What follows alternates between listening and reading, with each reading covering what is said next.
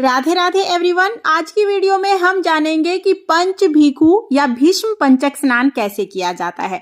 तो देखिए, कार्तिक का महीना सभी महीनों में श्रेष्ठ माना जाता है और कार्तिक स्नान का कितना अधिक महत्व है ये तो आप सभी जानते हैं। लेकिन अगर किसी कारण से आप कार्तिक स्नान नहीं कर पाए हैं तो आप कार्तिक मास के आखिरी 5 दिन देवउठनी एकादशी से लेके कार्तिक पूर्णिमा तक कि ये 5 दिन जो होते हैं वो भीष्म पंचक या पंच भीखु कहा जाता है इनको। और कार्तिक महीने के आखिरी के 5 दिन स्नान करने से हमें बहुत अधिक पुण्य फल प्राप्त होता है। पूरे कार्तिक मास स्नान करने जितना फल तो प्राप्त नहीं होता है, लेकिन हाँ, पंच भीखु या भीष्म पंचक यानी लास्ट के 5 दिन कार्तिक स्नान करने से हमें बहुत हद तक कार्तिक स्नान का फल प्राप्त हो जाता है। तो कार्तिक महीने के लास्ट के ये 5 दिन आप जरूर स्नान करें। और लास्ट के 5 दिन हमें स्नान कैसे करना है, कैसे पूजा करनी है, वो मैं आपको बता देती हूँ। तो देवउठनी एकादशी के दिन सुबह सुबह जल्दी हमें उठ के स्नान करना है। 5 बजे से पहले आप स्नान कर लें। तारों की छांव में स्नान किया जाता है, ठंडे जल से हमें स्नान करना है। अब देखिए, अगर आपने पहले से पथवारी बना रखी है, अगर आप कार्तिक स्नान कर रहे हैं पूरा महीना का, फिर तो आप अपनी पथवारी और तुलसी जी जहां हैं वहां पर ही भीष्म पंचक यानी पंच भीखु का पूजन कर लेंगे। लेकिन अगर आप सिर्फ 5 दिन स्नान कर रहे हैं, अगर आप सिर्फ पंच भीखु का स्नान कर रहे हैं तो आप सुबह सुबह जल्दी उठकर अपनी तुलसी जी के सामने पूजन कर सकते हैं। अगर आपके पास तुलसी जी का पौधा नहीं है तो आप अपने घर के मंदिर में, जहां पर घर में आप रोजाना पूजा करते हैं, जो आपका पूजा घर है, वहां पर भी आप पंच भीखु की पूजा कर सकते हैं। पंच भीखु भीष्म पंचक एक ही बात है, तो आप कंफ्यूज मत होना।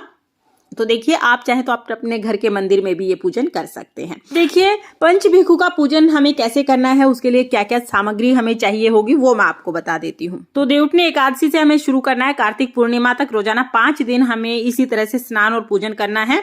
तो सुबह सुबह जल्दी 5 बजे से पहले हम स्नान कर लेंगे। उसके बाद तुलसी जी के सामने, अपने घर के मंदिर के सामने आपको एक नॉर्मल दीपक जलाना है। तो देखिए, पंच भीखु में 2 दीपक जलाए जाते हैं। पहले जब हम नहा के पूजा शुरू करेंगे तो हमें देसी घी का एक दीपक लेना है। तो पहले हम देसी घी का एक दीपक बना लेंगे। देसी घी का या तिल के तेल का आप एक दीपक बना लीजिएगा। दीपक में आप लंबी या गोल कैसी भी बाती लगा सकते हैं। यानी एक नॉर्मल दीपक हमने बना लिया है। उसके साथ ही पंच भीखु के लिए हमें एक अलग से दीपक बनाना है। तो ये चौमुखी दीपक हम बनाएंगे। छोटा हमने दीपक ले लिया है, उसमें लंबी 2 बाती हम लगा देंगे।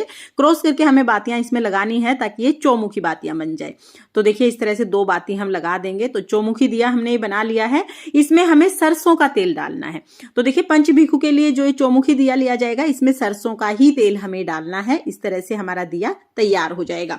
तो पहले ही आप ये दोनों दिए तैयार करके रखें।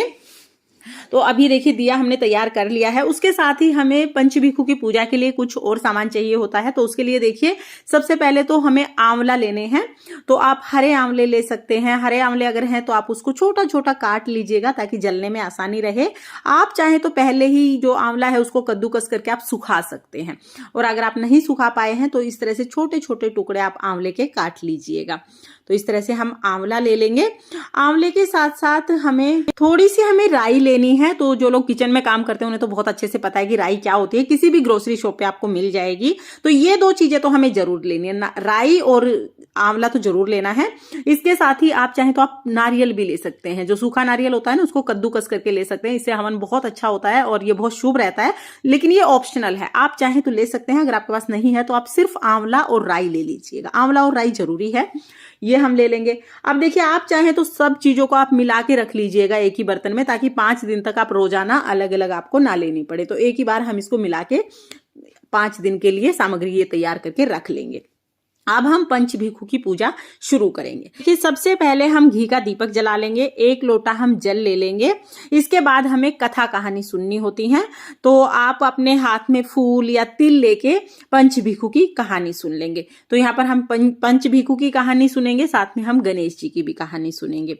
कहानी हम सुन लेंगे। कहानी सुनने के बाद जो हाथ में तिल या फूल लिए हैं वो हम जल के लोटे में डाल देंगे। पहले हम इस तरह से कथा कहानी सुन लेंगे। उसके बाद हमें पंच भीखु का चौमुखी दिया जला कर छोटा सा हवन करना है। तो पहले आप कथा कहानी सुनिएगा।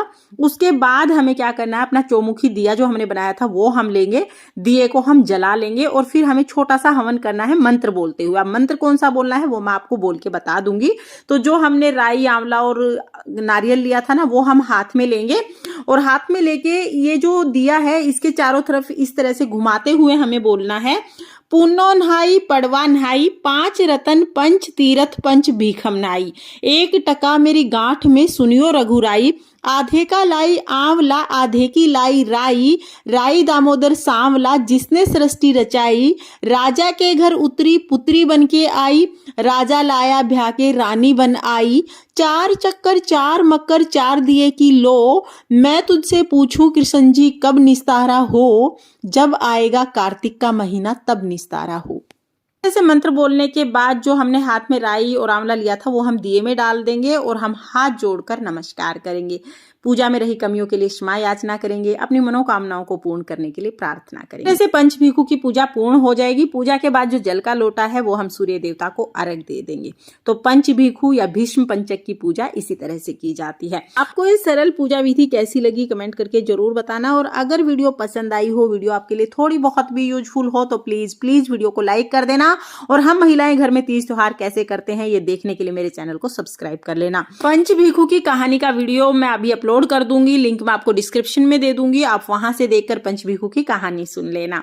तो चलिए फिर मिलते हैं किसी और वीडियो के साथ, तब तक के लिए जय श्री कृष्णा, राधे राधे।